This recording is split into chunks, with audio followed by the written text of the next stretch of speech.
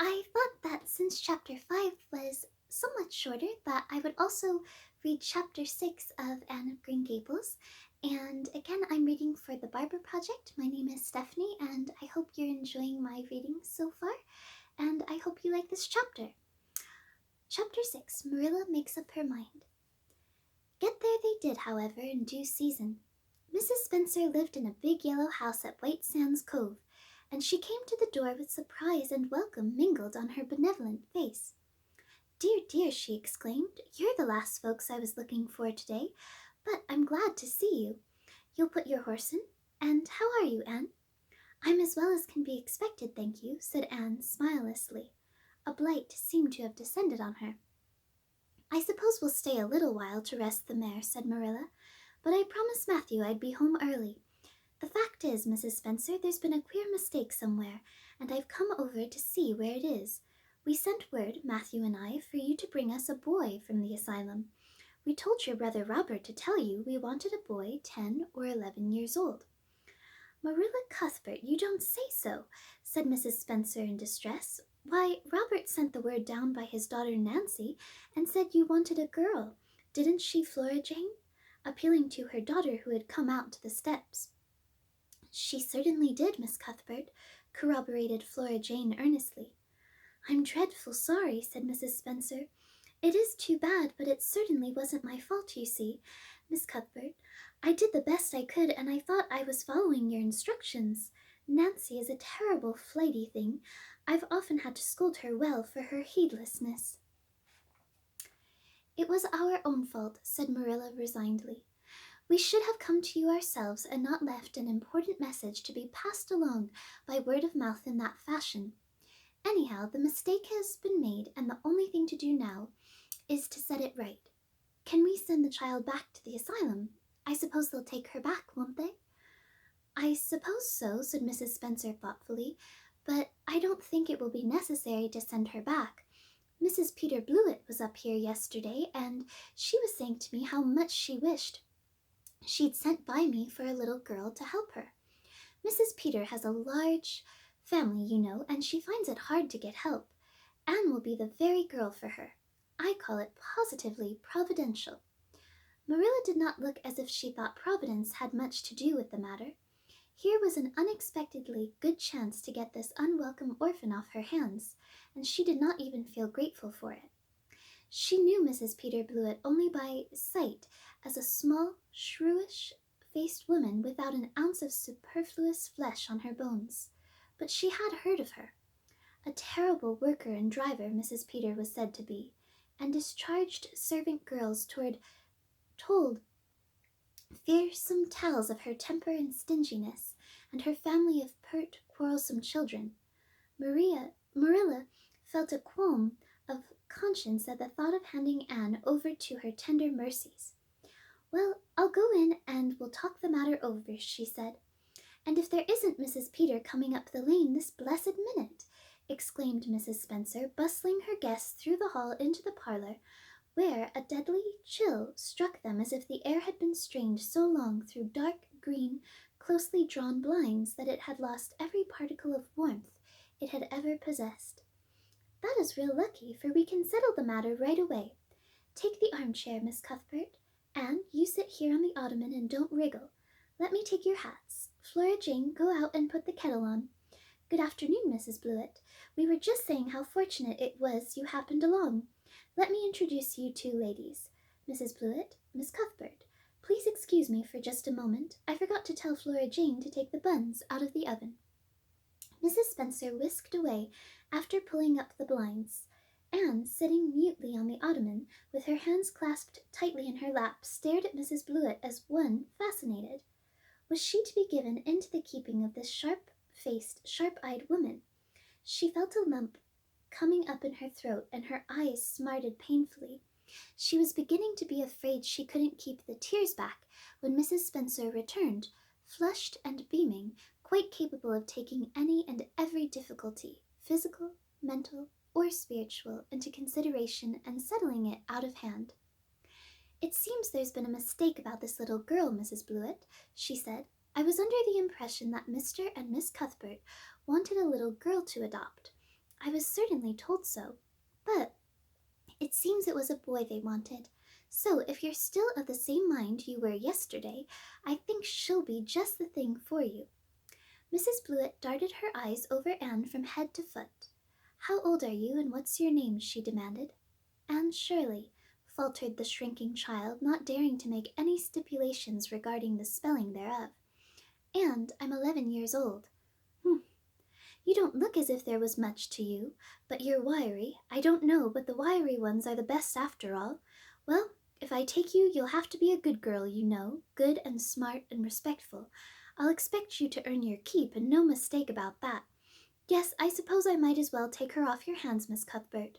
The baby's awful fractious, and I'm clean worn out attending to him. If you like, I can take her right home now.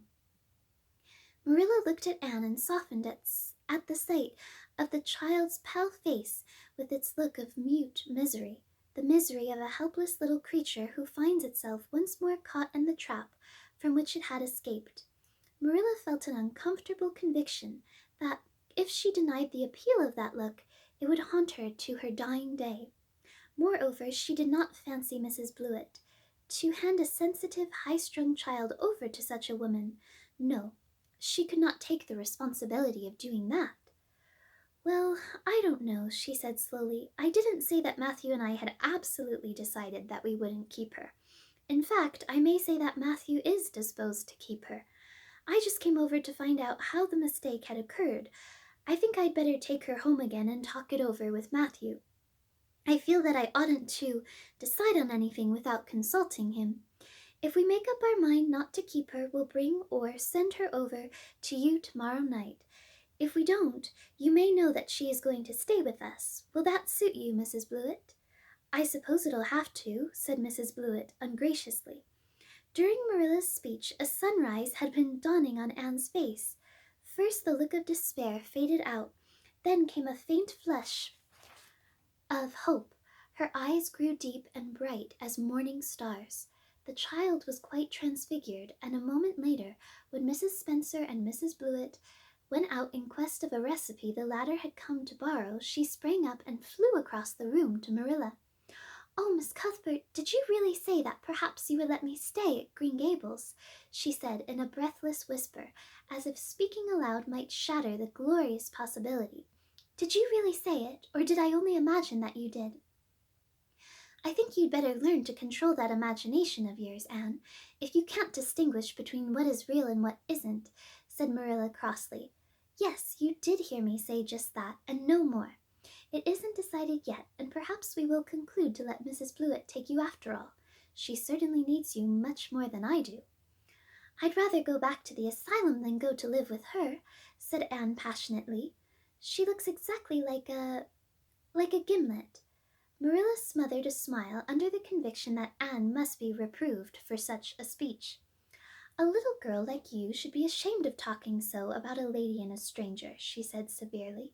Go back and sit down quietly and hold your tongue and behave as a good girl should. I'll try to do and be anything you want me, if you'll only keep me, said Anne, returning meekly to her ottoman. When they arrived back at Green Gables that evening, Matthew met them in the lane. Marilla from afar had noted him prowling along it and guessed his motive. She was prepared for the relief she read in his face when he saw that she had at least brought Anne back with her, but she said nothing to him relative to the affair, until they were both out in the yard behind the barn milking the cows. Then she briefly told him Anne's history and the result of the interview with Mrs. Spencer. I wouldn't give a dog I liked to that Blewett woman, said Matthew with unusual vim. I don't fancy her style myself, admitted Marilla, but it's that or keeping her ourselves, Matthew, and since you seem to want her, I suppose I'm willing, or have to be. I've been thinking over the idea until I've got kind of used to it. It seems a sort of duty. I've never brought up a child, especially a girl, and I dare say I'll make a terrible mess of it, but I'll do my best. So far as I'm concerned, Matthew, she may stay. Matthew's shy face was aglow of delight. Well now, I reckoned you'd come to see it in that light, Marilla, he said. She's such an interesting little thing. It'd be more to the point if you could say she was a useful little thing, retorted Marilla. but I'll make it my business to see she's trained to be that. And mind, Matthew, you're not to go interfering with my methods.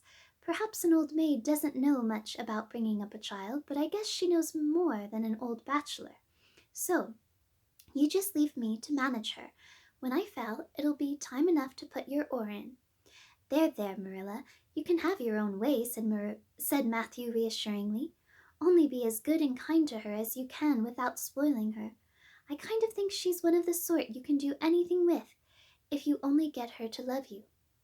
Marilla sniffed to express her contempt for Matthew's opinions concerning anything feminine, and walked off to the dairy with the pals.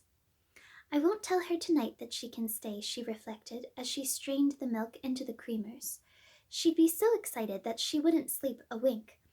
Marilla Cuthbert, you're fairly in for it. Did you ever suppose you'd see the day when you'd be adopting an orphan girl? It's surprising enough, but not so surprising as that Matthew should be at the bottom of it. Him that always seemed to have such a mortal dread of little girls. Anyhow, we've decided on the experiment, and goodness only knows what will come of it. The end. Oh, I'm so excited because now Marilla and Matthew Cuthbert have decided to take in Anne, and I can't wait to learn more about all of their adventures together. So I thank you again for joining me for these readings. In my next video, I'll be reading chapter 7, which is called Anne Says Her Prayers, and I hope that you enjoyed this reading. I hope it brought you some comfort, and I look forward to seeing you in the next video. Thank you so much. Bye.